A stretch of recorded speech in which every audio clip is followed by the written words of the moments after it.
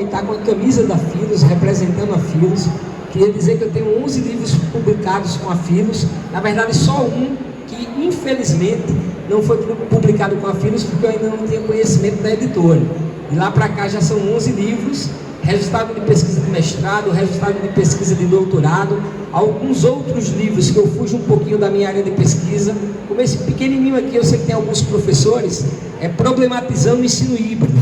Eu faço uma discussão sobre o ensino híbrido no Brasil, a implementação dele, e é prefaciado pelo Gaudêncio Frigoto, assim, que é, digamos, um dos maiores, se não o maior autor hoje sobre educação profissional. Mas aqui eu faço duras críticas, é um livro pequenininho mais denso.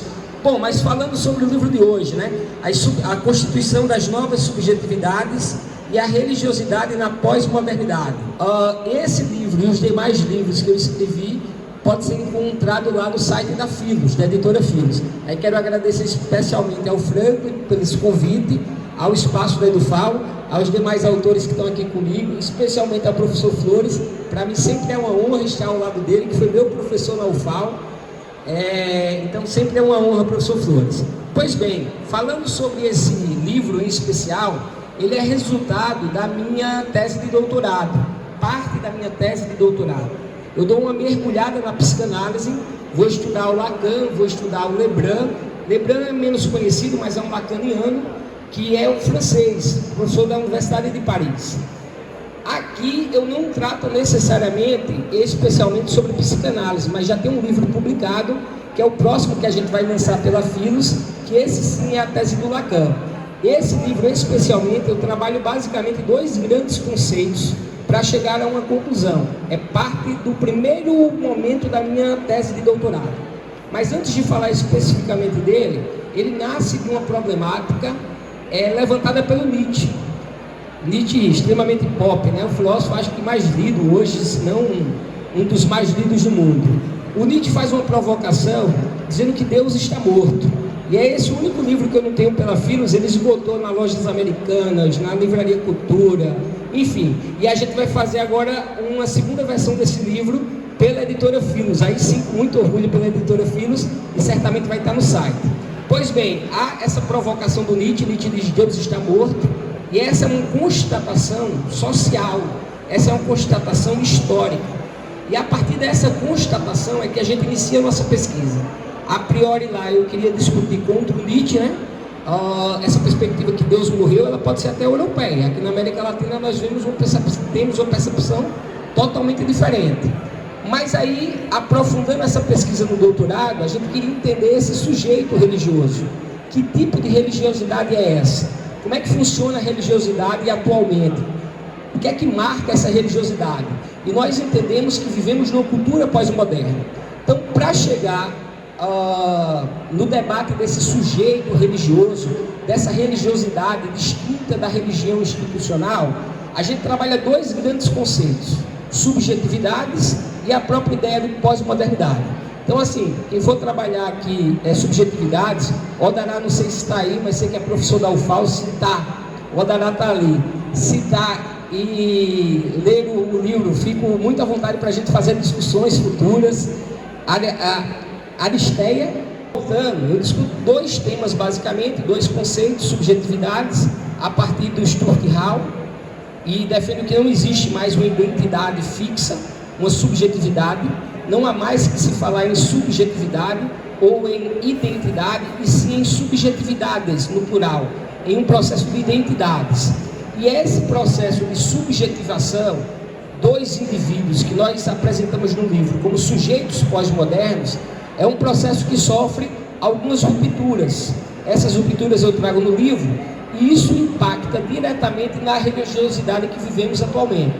Dando uma palhinha aqui, para não falar muito do livro, assim vocês vão encontrar na leitura, trata-se de uma religiosidade muito marcada por uma incerteza e um individualismo, ainda para os mais adeptos, ainda mais para os mais fervorosos, na religião institucional inclusive, ainda esses perpassam por uma escolha muito subjetiva. É um Deus ressignificado para suprir as necessidades de gozo. Aí entra a psicanálise. as necessidades de gozo pleno, necessidades extremamente subjetivas. É um Deus a serviço do indivíduo e não mais o contrário, como foi durante toda a história, com Deus sendo um modelo teológico que sustentou toda a cultura ocidental. Queria falar muito mais, mas eu sei que o tempo é curto, e também não vou dar muito spoiler do livro, mas dedico esse livro às minhas filhas que estão aqui. Agradeço aqueles que compraram o livro, aqueles que estão levando o livro para suas casas, e espero contar com convites para pesquisarmos. Odará, Aristel, Wilson, Caê, enfim. Então, com grande satisfação que trago para vocês essa obra com apoio da Filos. Francisco está aqui também, com apoio da Filos, discutindo o que nós denominamos de sujeito pós-moderno. Só para finalizar um pouquinho, eu sei que são 20 minutos, só de 15 a 20, e aí eu quis acelerar aqui. Esse sujeito pós-moderno, ele gera uma religião diferente, ele gera uma religiosidade diferente. Essas características dessa nova religiosidade eu trago no livro, uma religiosidade que ressignifica Deus. E para isso é muito importante que a gente consiga fazer a distinção do que é religião institucional e do que é religiosidade. Religiosidade, a gente está falando da experiência religiosa. Essa experiência foi impactada pelo evento Morte de Deus e sofreu uma ressignificação. Então é basicamente isso, a parte da tese que eu defendo nesse livro. Convido todos e todas a me acompanharem nas redes sociais. Hoje a gente está, minha filha aqui já gravando para as redes sociais. Hoje a gente tem que estar nas redes sociais para se comunicar com a juventude, para se comunicar com aqueles que, assim como eu, também frequentam muito o mundo virtual, para divulgar o nosso trabalho. E os demais livros, os 10 outros livros que eu tenho, está lá com o Frank. Não me apresentei muito, porque eu tinha pouco tempo para falar, mas tem minha biografia no livro. Eu sou doutor em Ciência da Religião, é uma área que eu gostaria de falar muito aqui, já está em 11 federais, em Sergipe aqui tem mestrado, doutorado. A gente está abrindo aqui no IFAL, sou professor do Instituto Federal de Alagoas, já ano que vem, uma especialização em Ciência da Religião. Basicamente, as ciências tentarem compreender o fenômeno religioso, não é teologia. A gente não estuda Deus ou está preocupado em defender se Deus existe ou não existe.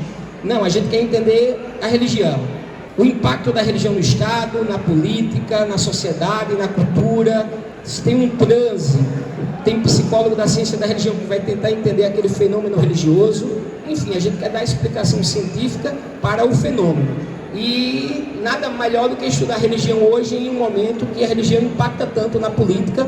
Basta ver aí a bancada evangélica, bancada da bala se utiliza de argumentos religiosos, e aí é evangelho da prosperidade e o crescimento do neopentecostalismo com o evangelho da prosperidade. Por isso é tão importante estudarmos a religiosidade e a religião nos dias atuais, e eu espero que vocês tenham gozo lendo o livro e se comuniquem comigo sempre que possível, para a gente poder bater um papo sobre o livro e quem sabe fazer momentos como esses de debate. E eu gostaria que você se aprofundasse um pouco mais com relação a isso, com relação ao impacto que a religião tem causado na nossa contemporaneidade.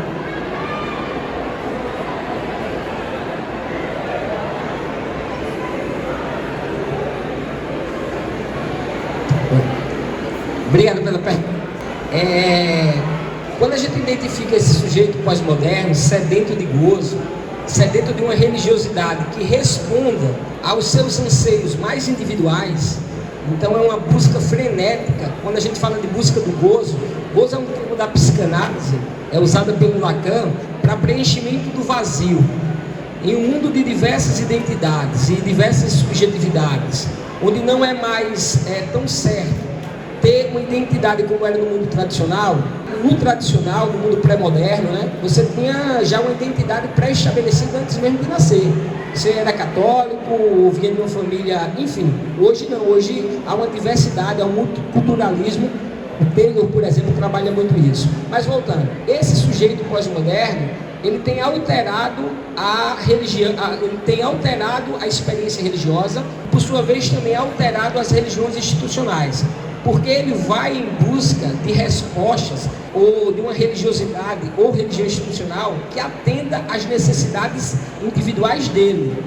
Então é uma religiosidade pré-moldada, é uma religiosidade à la carte. Ele sai no sistema de bricolagem, ele sai pegando um pedacinho de cada religião e faz a própria religião dele, o próprio universo religioso dele. Esse é um dos sujeitos pós-modernos. Outra vertente dos sujeitos pós-modernos, nesse mundo de pouca identificação e de várias subjetividades, ele vai se agarrar à tradição. Então ele retorna às religiões institucionais. São os convertidos. Esse convertido, ainda que ele seja do tradicional, ele é por escolha própria, por uma individualidade, por uma subjetividade e para aquela religião corresponder às necessidades dele. Isso impacta na religião de que forma?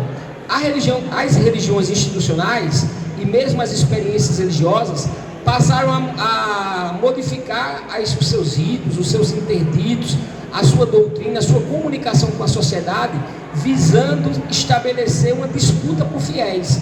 Porque esses fiéis estão buscando gozo a todo tempo, buscando prazeres a todo tempo, buscando respostas imediatas e pessoais, e a igreja,